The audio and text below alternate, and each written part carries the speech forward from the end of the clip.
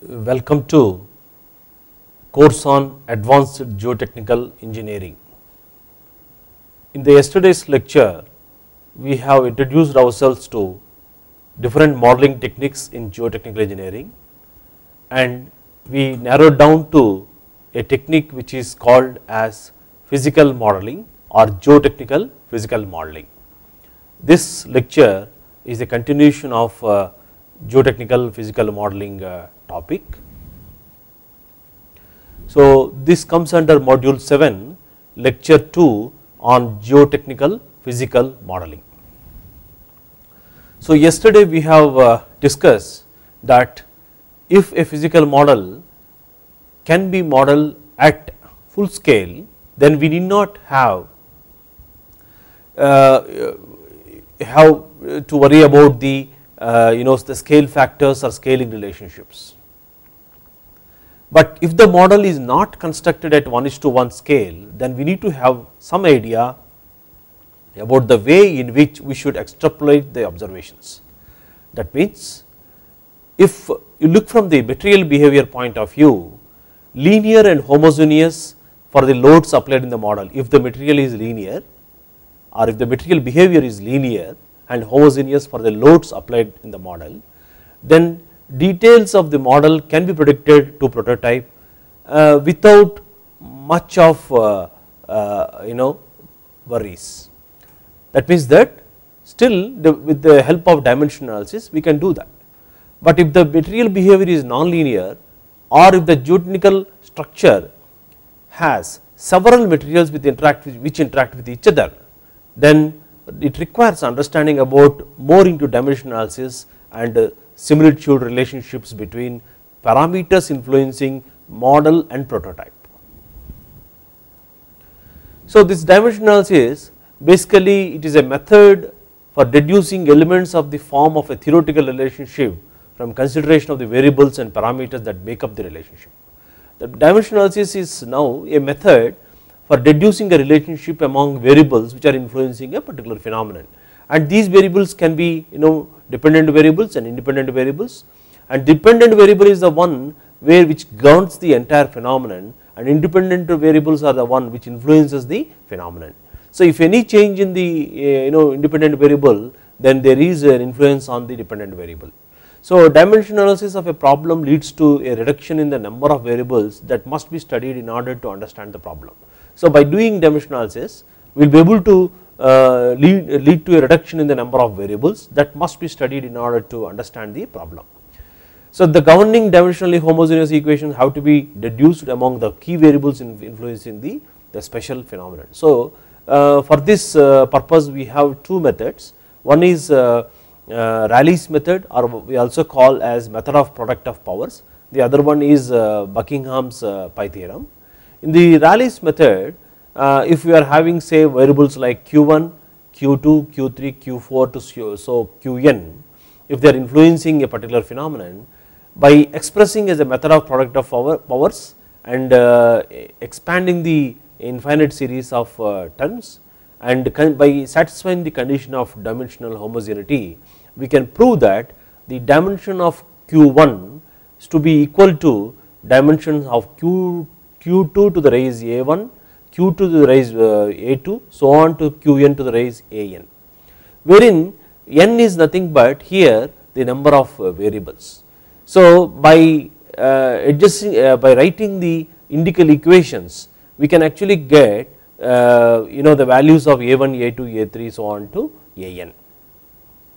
and by getting these values we will be able to get a relationship among the dependent variable and independent variable. But this method fails if you are actually having more number of variables, let us say more than 7 variables, then this method the operation involves tedious, and converting one solution to another solution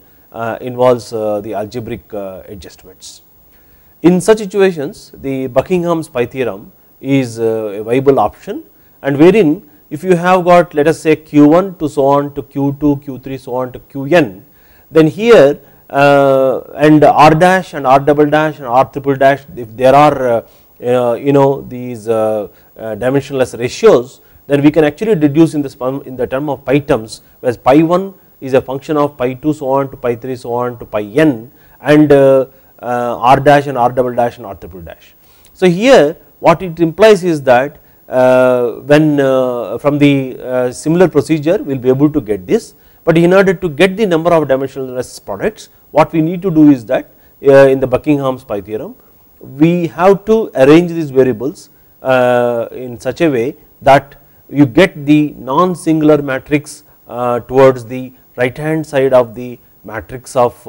the dimensional matrix. Once we solve this dimensional matrix and determine the rank of a matrix, then we can actually ascertain the number of pi terms. Let us say number of variables are say 10, and if you have got say rank of that matrix as 2, then number of dimensionless products possible for that particular phenomenon under consideration is equal to n minus r, that is 10 minus 2, 8.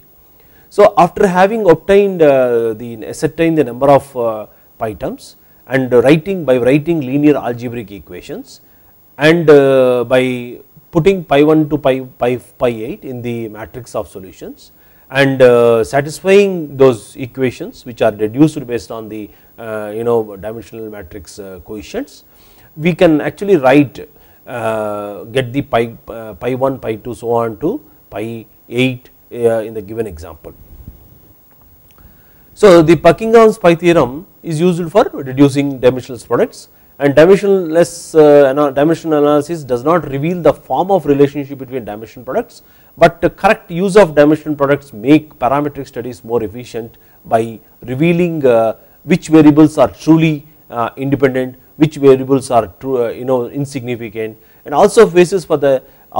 forms the basis for extrapolating from one scale of observation to other scale of observation. So after once we get the pi terms, let us say we have got say set of 5 pi terms. So our similarity between model and prototype, what we say is that the particular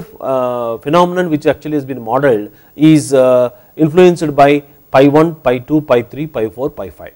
This implies that pi 1 is a function of pi 2, pi 3, pi 4, pi 5. For similarity between model and prototype, if you are actually not modeling at 1:1 scale, then for 1:n model, small scale model, for pi 1 to be equal to for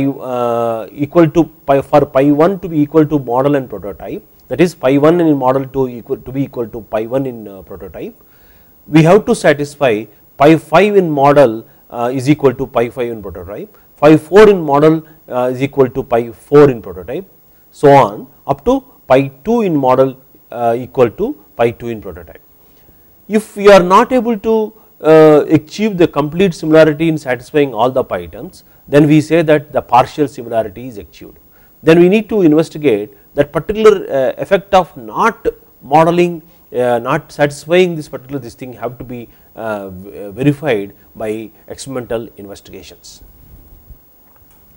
So let us take an example of buried flexible conduit. So this is a example of a geotechnical structure which deforms under the conditions of plane strain.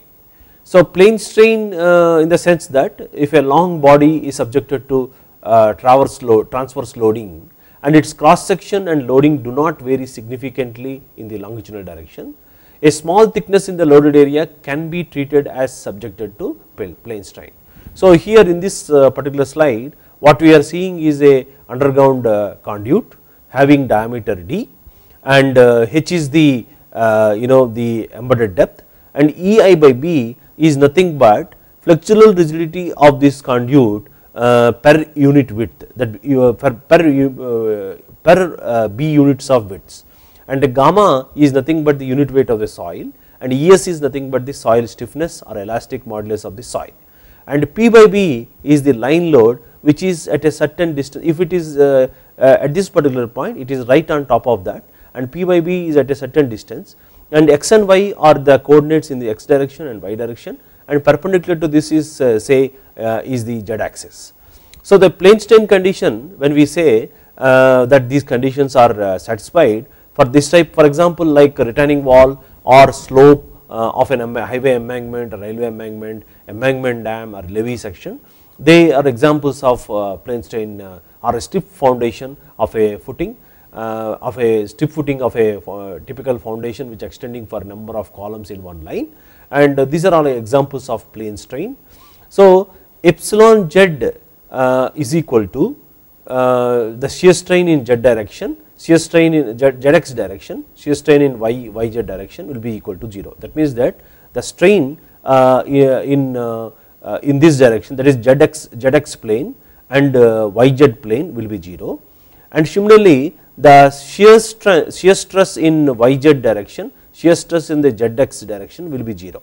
So only it will have in xy direction and deformations, and as well as the strains will be there in these directions. So this particular structure is an example of plane strain structure. So what we see is that the load P by B, which actually causes in a bending moment per unit width, let us say. So the depending upon the the loading, the bending moment per unit width will per B unit widths will increase or decrease. So let us say that an important parameter would be bending moment per unit width, that is M by B, resulting in the wall of the conduit due to construction procedures and surface traffic loading. So the example of say line load what we have considered is let us say a boundary wall and or a railway track. The structural property that will influence the bending will again be a flexural rigidity per unit width, that is EI by B. In addition, moments will be influenced by diameter d, that is the internal diameter, h, that is embedded depth of a conduit, gamma, that is the density surrounding the conduit, and P by B, that is the loading which is applied. So the interaction between the conduit and the soil will be influenced by the stiffness of the soil, that is ES, at a typical depth h, that is the interaction between the conduit and the soil will be influenced by the stiffness of the soil ES at a typical depth. So what we have got is that bending moment, that is M by B, and we have parameters like EI by B, it is a conduit parameter, and loading parameters are nothing but P by B, and again conduit parameter D, and soil parameters are H, that is the embedded depth, and that is the geometry configuration, and the gamma is nothing but the unit weight of soil, and ES is nothing but the stiffness of the soil. So by solving by using the Buckingham's pi theorem and by writing dimensional matrix influencing the variables and solving the matrix of writing the matrix of solutions, we get M by B gamma d cube is equal to a function of h by d, P by B by gamma h d, EI by B ES d cube, P by B d square by EI by B. So if you look into this particular arrangement has been made such a way that we can lead to some important discussion by using this problem. There can be different arrangements are possible depending upon the type of repeating variables which we have chosen, but one solution to other solutions can be transformed by doing the algebraic adjustments for the pi terms, because if you are having a pi 1, pi 2, pi 3, pi 4 influencing the phenomenon, if these are pi terms which are say dimensionless, if pi 1 is pi term, pi 1 by pi 3 is also dimensionless. So depending upon the requirement, but without changing the number of pi terms which are used originally, we can transform and get the new pi terms of choice. If you are having a particular variable and if that variable needs to be more than, say if it is appearing in more than 3 pi terms, if that variable needs to be eliminated, can be eliminated by doing the adjustments what has been said. But it has to be seen that the first pi term or the principal pi term used only once. So M by B by gamma d cube, which is function of this thing. So here there are stress and stiffness related quantities in the loading spread over the cross section of the conduit P by BD, and the stress in the ground at the mid height. For example, here this is gamma H represents the vertical stress in the ground at the mid height of this thing, and here this is the conduit stiffness and soil stiffness. You can see that the conduit stiffness and soil stiffness are related here, and so the flexural rigidity EI by B and corresponding soil stiffness which is actually related. So let us discuss further how we can actually deduce different relationships. So here further the continuation of the solution for the example for buried flexible conduit. Now what we do is that we have said is that when you have got set of pi terms and by for similarity so and so pi term, let us say pi 3 in model has to be equal to pi 3 in prototype. So if all these are satisfied, then only the primary or principal pi term, that is involving bending moment, will be satisfied. So with P by B in model divided by gamma h d in model equal to P by B in prototype divided by gamma h d in prototype. So here we can actually get two situations. What we said is that if you are not modeling at full scale, then if you are at 1:1, that P by B in model is equal to gamma h d in model, both are same, in model and prototype are same. But when we are actually modeling at a scale different than 1:1, that is say small scale model 1:n, let us say the environment what we have is that same soil is used as that in the prototype. With that we can say that gamma m is equal to gamma p by for gamma m is equal to gamma p and 1:n small scale model, what we get is that P by B in model to P by B in prototype is equal to 1 by n square. So that is nothing but what we have done is that by bringing this term here and bringing this term there, gamma m and gamma p 1, hm by hp, hm by hp is equal to 1 by n, dm by dp is equal to 1 by n. By substituting that in this, we get P by B in model divided by P by B prototype is equal to 1 by n square. So m suffix indicates model and p indicates prototype, which is nothing but 1 by n square. Let us assume that we have got a situation where gamma m is equal to n gamma p is possible. That means that there is a, let us say there is a requirement which actually has come, and where we are able to in a physical model we are able to enhance the unit weight of the soil by n times. So that means that if you are having 20 kilonewton per meter cube of a soil at by enhanced with enhanced n, we get gamma m is equal to 20n, and for an 1:n scale model we get by substituting in a similar way with gamma m by gamma p is equal to n, we get P by B in model is equal to P by B in prototype is equal to 1 by n. So we can see that if we are having gamma m is equal to n gamma p, we are actually getting P by B in model by P by B in prototype as 1 by n. Now with P by considering another pi term. So what we do is that once after having obtained the line load scale factor in model and prototype with gamma m is equal to gamma p for a 1:n small scale model, gamma m is equal to n gamma p for 1:n scale model. By considering another pi term which actually has got P by B and A by B terms, by using this particular pi term and this relationship, and for gamma m is equal to gamma p and dmm by dp is equal to 1 by n, and we have deduced in the previous slide P by B in model is equal to 1 by n square times P by B in prototype. By substituting this we get EI by B in model by EI by B in prototype is 1 by n to the power of 4. So please note that this is 1 by n to the power of 4. That means that whatever we are having the value of flexural rigidity per B widths will be 1 by n to the power of 4, that of in the 1 by n to the power of 4 times of that. So that means that if you are having a by pp value which has to be 1 by n to the power of 4 times smaller. Similarly with gamma m is equal to n gamma p and dm by dp is equal to 1 by n, and pm p by b in model by p by b in p is equal to 1 by n, this is 1 by n. With that we will be able to get EA by B in model is equal to 1 by n cube times EA by B in prototype. So now we have understood that the flexural rigidity with P by B in model by P by B in prototype is equal to 1 by n. With that we will be able to get this particular scale factor. Now what we do is that by using this term which involve flexural rigidity and flexural this soil stiffness term,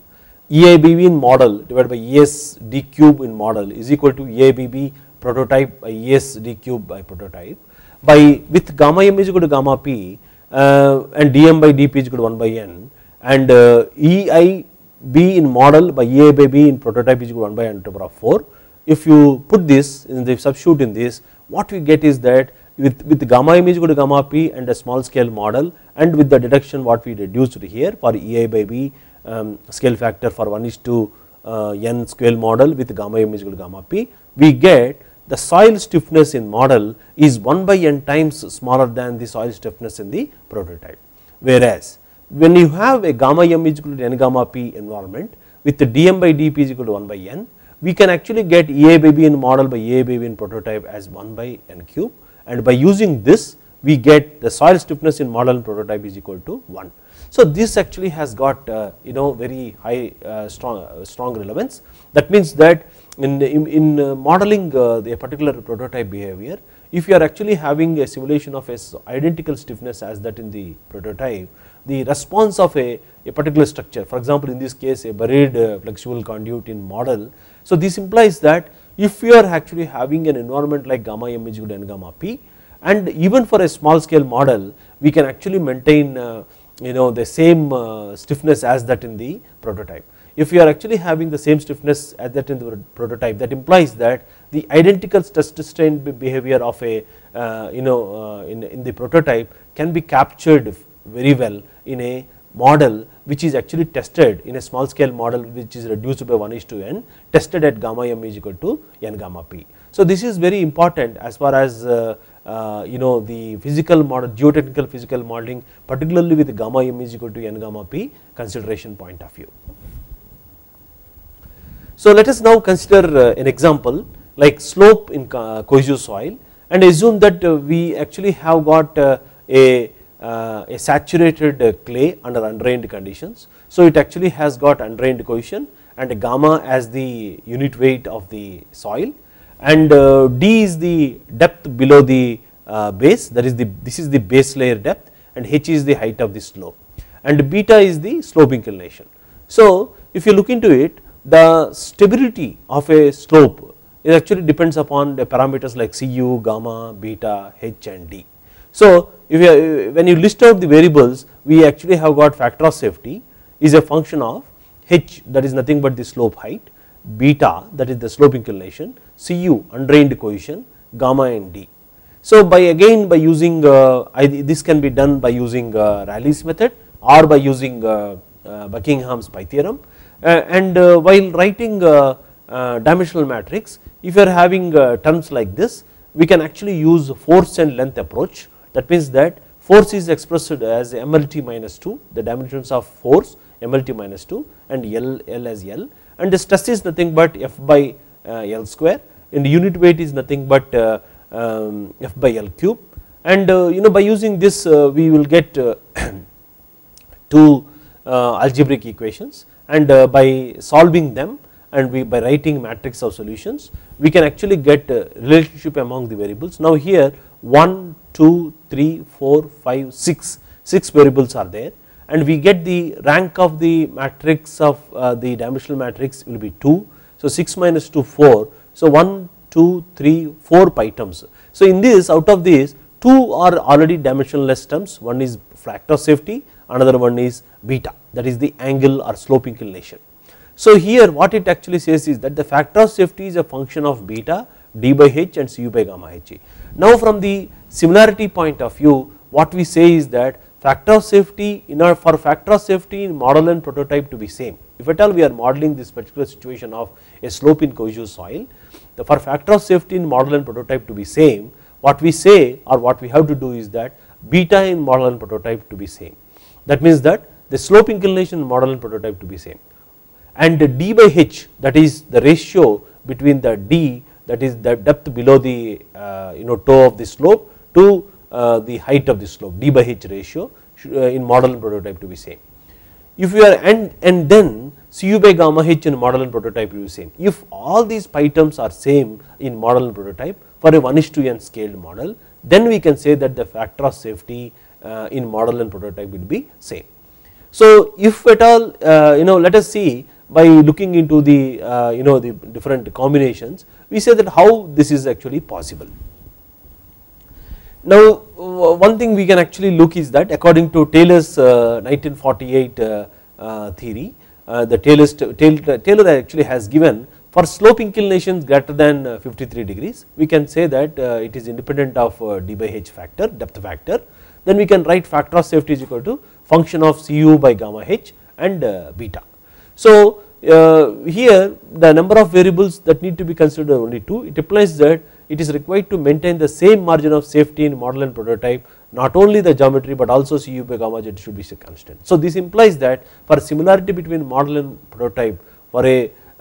we actually have to for maintain the same margin of safety in model and prototype, not only the geometry, that is the slope inclination, but also Cu by gamma h should be constant. The Cu by gamma h should be constant means how that is possible means, let us say that we actually have constructed a small scale model, h is reduced by h by n. If you look into it, somehow let us say that the slope inclination is achieved, then the Cu by gamma h in model and prototype to be constant, what it implies is that for a slope which is reduced by 1 by n times, the Cu by gamma h to be same, what it says that the term to be same, the Cu by gamma has to be reduced by 1 by n times. If that is reduced by 1 by n times, then only it is possible that you will be able to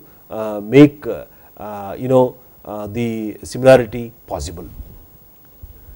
So if you look into this, if the G can be one of the alternatives, if you see that by reducing the cohesion in this particular term for similarity to be achieved, what we can say is that by maintaining identical unit weight as that in prototype, like gamma m is equal to gamma p, and the Cu in model and prototype let us say that it is reduced by 1 by n times, then we can actually say by maintaining identical gamma in model and prototype, we can reduce Cu in the model and prototype by 1 by n times. That means that the cohesion of a soil is reduced by 1 by n times that in the prototype. If you are able to do that, when you reduce h by n and Cu by n, then they get cancelled, then possibility that they will be same. But by this is topic to be discussed, the stress strain behavior of a soil which is actually having a cohesion of 1 by n times the cohesion of that in the prototype and actual cohesion of say Cu, the both the stress strain behavior is drastically different. For us, this can be explained through an example. Let us consider that in a prototype we are actually having a 50 kilopascals of cohesion, and we are actually trying to reduce this by say 5 times. That means that a cohesion of a soil in the model is 10 kilopascals. So the stress strain behavior of a soil under undrained conditions for yielding a 10 kilopascals of cohesion and 50 kilopascals of cohesion is different. So this implies that the change in soil behavior, which says that this implies that the change in soil behavior and the response of a model will not be as similar as that in the prototype. So the change in soil behavior cannot be accepted. But one thing in this particular approach, the scaling down of Ca implies that the change in soil behavior. But another option is that we have discussed in buried conduit example, is that making gamma n times, that means that the soil, the self weight of the soil n times heavier, that means that gamma m is equal to n gamma p, and maintaining identical cohesion as that in the prototype. If we are able to achieve a situation wherein gamma m is equal to n gamma p and Cu is identical in model and prototype, even with that also what we are saying is that the Cu by gamma term is 1 by n times that of the Cu by gamma term is reduced. So with that we can actually say that Cu by gamma h in model and prototype will be satisfied. In that situations, what is actually we are doing is that if we are not able to reduce the cohesion for satisfying the similarity from some similarity point of view, then another option, another viable option it appears to be is that by enhancing the unit weight of the soil gamma m is equal to n gamma p, with that we can actually maintain Cu by gamma h in model and prototype identical. So this is explained in this particular slide. So what we said is that for a small scale model, if H is reduced and gamma remains unchanged, the strength of the soil must be reduced in the same proportion. So this implies that what we are actually discussing, the change in soil behavior. Another option what we actually said is that the enhancing gamma. Gamma is nothing but, if you define this term gamma, unit weight of the soil, as rho into G, where rho is nothing but the mass density, let us say in this case of soil, mass density of the soil, and G is nothing but acceleration due to gravity. So rho, which is mass density, is a function of packing of particles for a soil, or is a basic property of a metal, and G can be changed from one celestial body to another body. So by using this particular concept and assuming that the variation of G is possible, we have examples like on the moon, acceleration due to lunar gravity is about 20% of the acceleration due to gravity at the surface of the earth. Similarly, the Jupiter, G on the Jupiter planet is 33% more than the earth. So with that allied thinking, we say that this gamma m is equal to n gamma p is possible, where gamma is equal to rho into G, where by maintaining identical mass density as that in the prototype, that is rho m is equal to rho p, and Gm is actually say increased by n times, we can say that Gm is equal to ngp. With that gamma model and prototype, the scale factor for unit weight gamma m is equal to n gamma p is possible. That means that provided the G, sustained G, is actually induced to the model, which is in this example a sloping and cohesive soil, it makes actually for us, is possible for us to achieve that gamma m is equal to n gamma p condition. With that, what we said is that the dimensionless term Cu by gamma h in model and prototype will be identical without changing the soil properties.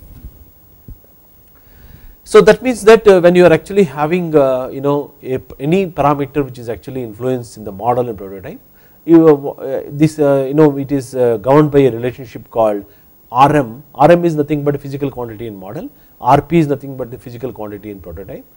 lambda is the proportionality constant. So the relationship, so the physical quantity can be time, velocity, acceleration, or force, or it can be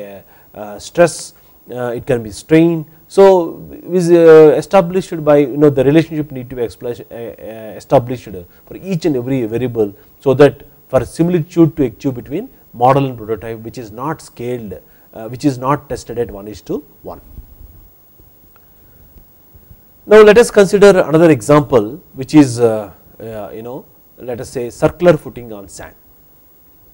So if you look into this, we have got a footing of diameter d resting on the sand, having dry sand, and gamma is the unit weight of the sand, and E is the void ratio, and phi is the angle of interparticle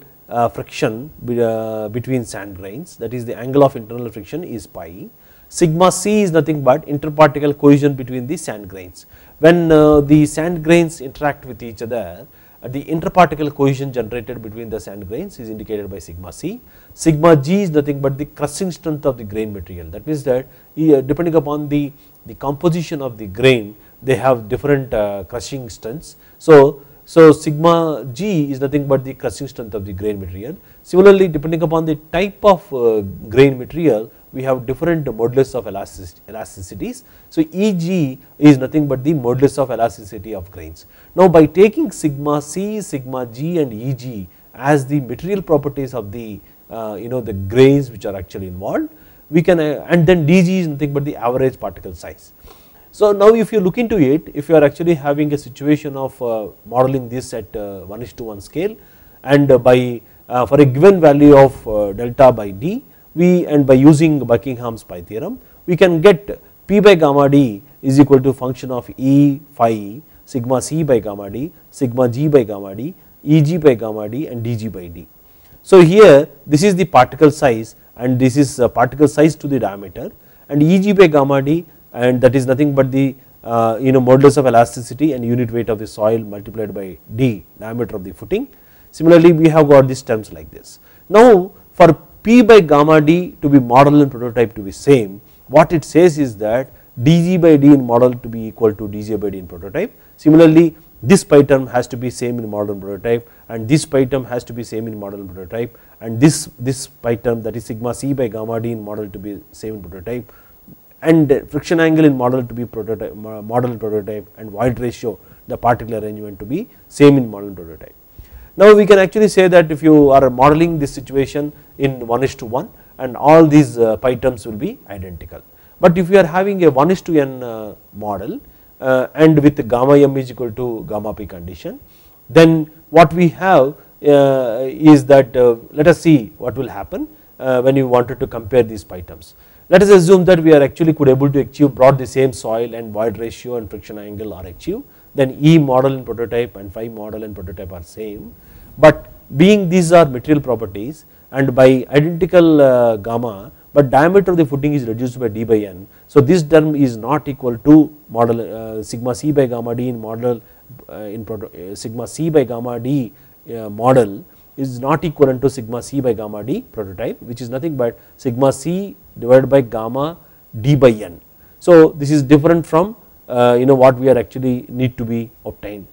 Then similarly sigma g by gamma d, similarly Eg by gamma d, similarly dg by d. So if you look into is, for similarity, if you look at the deviation, 1, 2, 3, 4 pi terms are deviating from the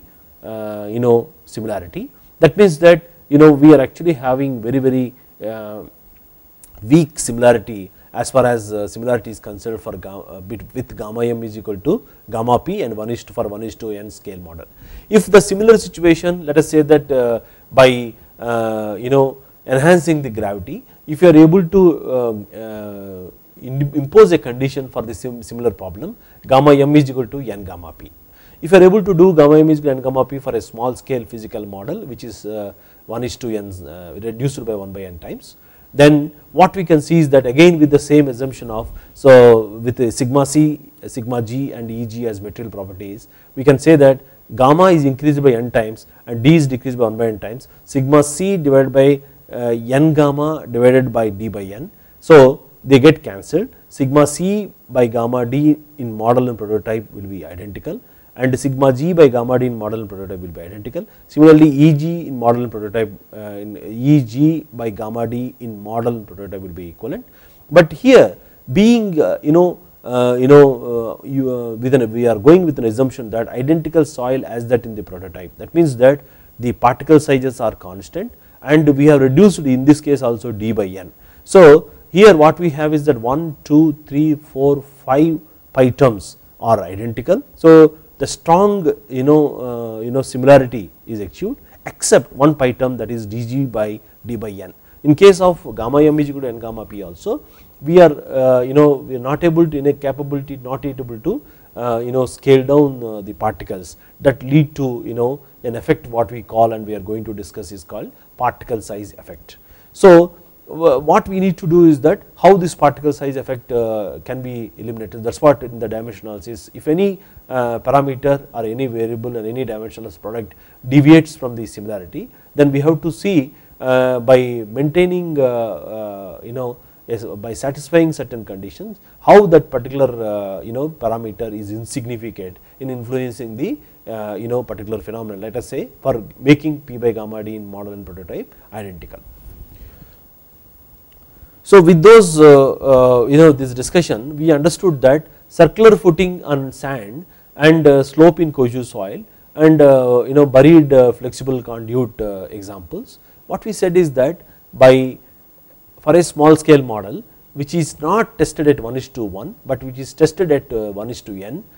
it implies that gamma m is equal to n gamma p condition fulfills and has actually got the superiority over gamma m is equal to gamma p and 1:n scale 1:n physical model. Now in order to enhance gamma m is equal to n gamma p, there are also some attempts late 1960s by Jeliksson. So this was actually introduced based on the total stress is equal to effective stress plus pore water pressure. So if you look into this, the change in the geostatic stresses with the flow of water through the soils are possible. So introducing the hydraulic gradient similitude method. So here let us consider if water is actually flowing through the soil, we know that it exerts drag forces called seepage forces on individual grains of the soil, and the presence of seepage forces which causes changes in the direction of flow will cause changes in the pore water pressure and effective stresses in the soil. So by using this concept, Jeliksson 1969 has come out with a method called hydraulic gradient similitude method, which actually has got as a possibility that gamma m can be maintained as n gamma p. By doing that, what actually we get is that the stress and the stress strain behavior of the soil can be maintained identical as that in the prototype. So let us consider two cases. The case one is that hydrostatic condition, when no flow takes place in this particular condition, as there is no head of loss, that is delta H is equal to 0 because the no flow condition, then we actually have this is called hydrostatic condition, where you have got this is the total stress and this is the pore water pressure and this is the effective stress, where effective stress is nothing but gamma dash H at this particular point, and this particular point it is 0. So here also in this level it is 0, and then it is 0 at this point, and then here at this point the ordinate is gamma dash H. So no flow, head loss delta H is equal to 0 and no change in the effective stress. So this is the case 1. Case 2 you consider where this limb is actually brought down by H, and if you look into this here, because of this the water flows from downward direction. So the water flow is actually shown here in this case, and HW is the height of water column and H is the thickness of the soil sample. So we can actually write the total stress as nothing but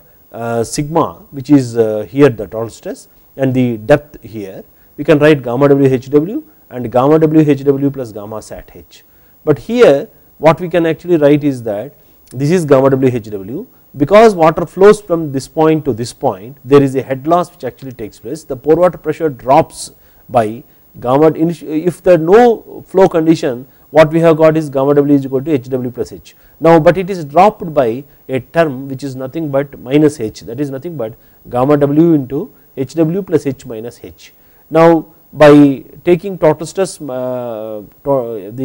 computing for effective stress, that is total stress minus pore water pressure, what we get is that gamma dash H plus H gamma W. So at this particular point we can actually write gamma dash H plus H gamma W, and where the H is nothing but the head drop, that is over a length H. So hydraulic gradient, which is actually ordinary, it will be something like a triangle which is actually having an ordinate H here and over a height of H. The slope of that triangle hypotenuse is I is nothing but H by H, that is small h by capital H. So for H is equal to, by substituting I times capital H, we can write gamma dash H plus I H gamma W. So if you see the downward flow of a water increases effective stress in soil. Similarly in case 3, let us say if this limb is taken upwards, then what we see is that effective stress decreases the down. So we by this in the hydraulic gradient similitude method, this particular that increase in the effective stress in the direction of flow is taken as as a concept, and then this particular method is developed. So further developing on this method, so we know that in the hydraulic in geotechnical engineering, a small scale model tests are sometimes used to study the complex nature of soil response and soil structure interaction, but it is well known that now the soil response depends upon the level of effective stress within the soil, especially for granular materials. If you look into that, for granular materials the soil response depends on the level of effective stress within the soil mass. So granular materials at a given density can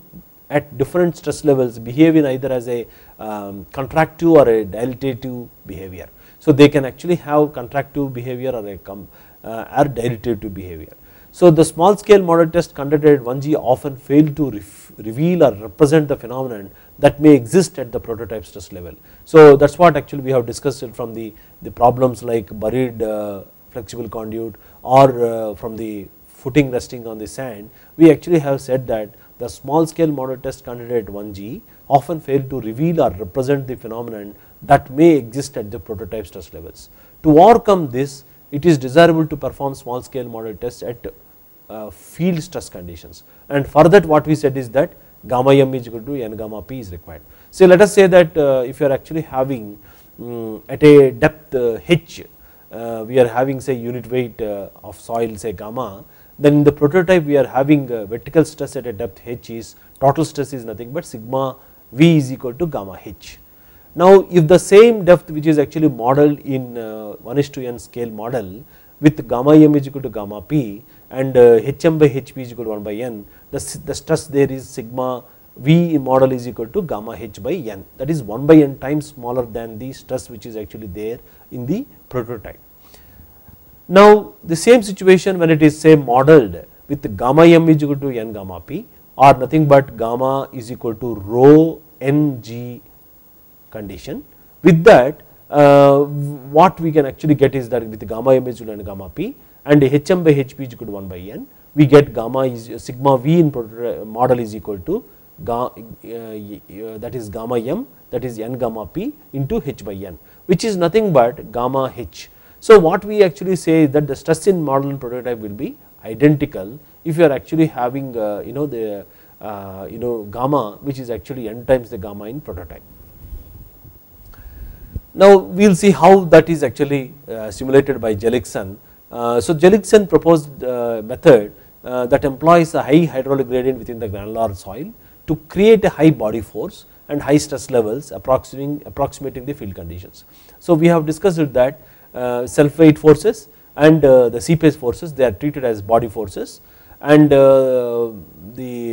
based on that concept and the deduction what we actually made, sigma dash is equal to gamma dash h plus gamma w h with I is equal to h by h. What we can say is that sigma dash is equal to gamma dash h plus I gamma w h. So here with the sigma dash is equal to gamma dash h plus gamma w h, and by substituting I is equal to h by h, what we can write is that gamma dash h plus I gamma w h, by dividing throughout by h we can write sigma dash by h is equal to gamma dash plus I gamma w. If you look into it, the effective unit weight sigma dash by h is called as effective unit weight is increased by term I gamma w. I gamma w is nothing but the seepage force magnitude, it is increased by the term which is equivalent to the seepage force magnitude in the direction of the flow. So this equation 1 implies for a model that is subjected to downward vertical gradient I, that the effective unit weight of the soil will be increased by seepage force of the magnitude I gamma w. So this is from the basis what we actually discussed, what we have deduced, we said that the sigma dash by h is written as gamma m, that is the effective unit weight of the soil which is increased by the seepage force term, that is I gamma w. Now by writing sigma dash by h is equal to gamma m is equal to gamma dash I gamma plus I gamma w, and now we can write the unit weight scale factor and hydraulic gradient scale factor as gamma m by gamma p, gamma m by gamma p, this is gamma p. So gamma p is equal to total or submerged unit weight of the soil depending upon the groundwater conditions of in the prototype. So gamma p is nothing but the total or submerged unit weight of the soil depending upon the groundwater conditions in the prototype, and for saturated condition it can be gamma p is equal to gamma dash p. So from scaling laws the model will simulate a prototype structure scale n is to n where bm by bb is equal to 1 by n. So from scaling laws we can say that the model will simulate a prototype structure for scale n is equal to n where bm by bb is equal to 1 by n. When a 1 by n scale model test is performed under hydraulic gradient scale factor or unit weight scale factor n, capital N is equal to small n, the stress due to self weight of soils at homologous points of model and prototype will be same. So when a 1 by n scale model test is performed under hydraulic gradient scale factor or unit weight scale factor capital N is equal to small n, the stress due to self weight of soils at homologous points of model and prototype will be same. So that means that sigma v in model is equal to gamma m Zm, where when we substitute the gamma m, that is the effective unit weight of soil, as gamma dash plus I gamma w Zm, we can write as by using gamma m by gamma p is equal to n, we can write that n gamma p into ZpBn, there is nothing but sigma v in model is equal to sigma v in prototype. So if the same soil is tested in the model as well as in the prototype and the same stress path is followed, the strain in the model and prototype will be expected to be same, that is epsilon m by epsilon p is equal to 1, while the displacements of the prototype will be larger than the model by a factor n is equal to capital N. So with that, what actually implies is that by maintaining a hydraulic gradient which is by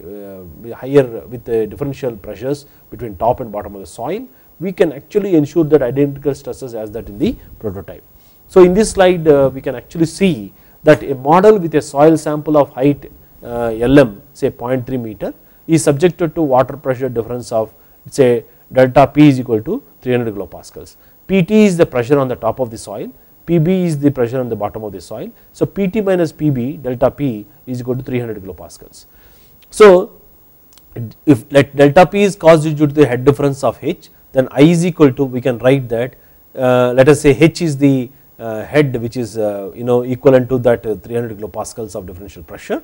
and H plus Lm divided by Lm is nothing but the hydraulic gradient. So what we can write, I is equal to 1 plus H by Lm, and we can write for H delta P by gamma W, that is the differential pressure by gamma W is the unit weight of water into multiplied by Lm is nothing but the length of the sample. So we can get that I is equal to 1 plus 300 divided by 10 into 0.3, where gamma W is equal to 10 kilo per meter cube, and it is 101, that I hydraulic gradient is about 101. With the gamma W is equal to 10 kilo per meter cube and gamma P is equal to gamma saturated is say 20 kilo per meter cube, we can write and we can get n as 10 plus 101 into 10 divided by 20, we will be, with that we will be able to get 50 scale factor. This implies that if these conditions are maintained, if the differential pressure of Pt minus Pb as 300 kilopascals is maintained for a with gamma m is equal to gamma p is equal to 20 kilo per meter cube, we can say that Lp is equal to 50 into 0.3, that is 15 meters of the length of the soil which is actually represented in the field.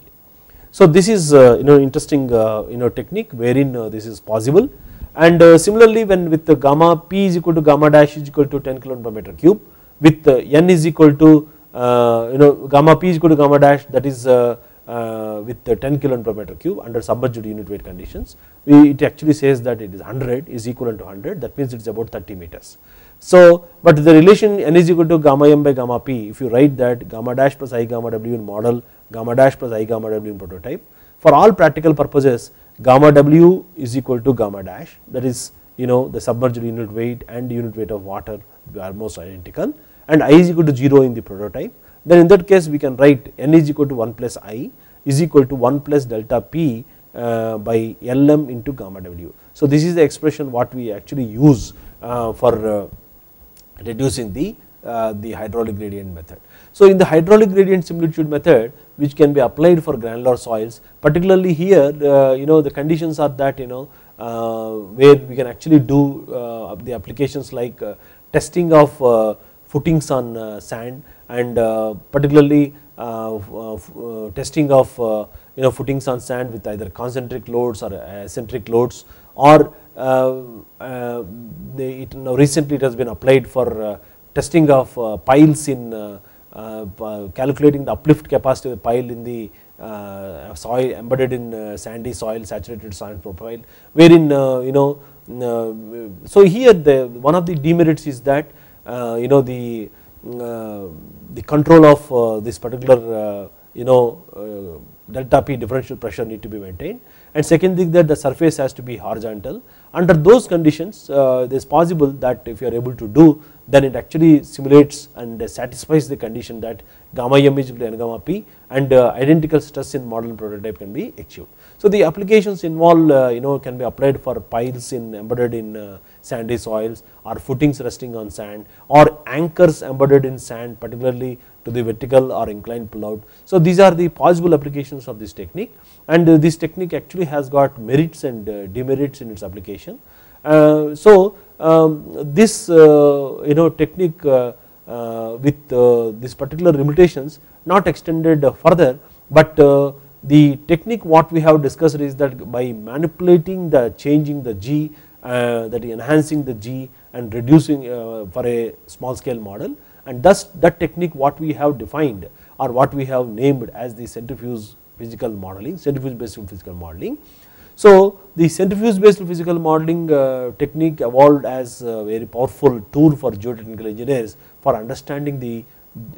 geotechnical behavior of structures. So centrifuge based physical modeling technique is a physical modeling technique in which a small scale model, that is reduced by 1:n, subjected to a rotation about a vertical axis in a horizontal plane. By doing this, then identical stresses in model and prototype can be maintained. With that the stress fields can be maintained as those in the prototype. This actually is possible to understand and the behavior of the number of geotechnical structures.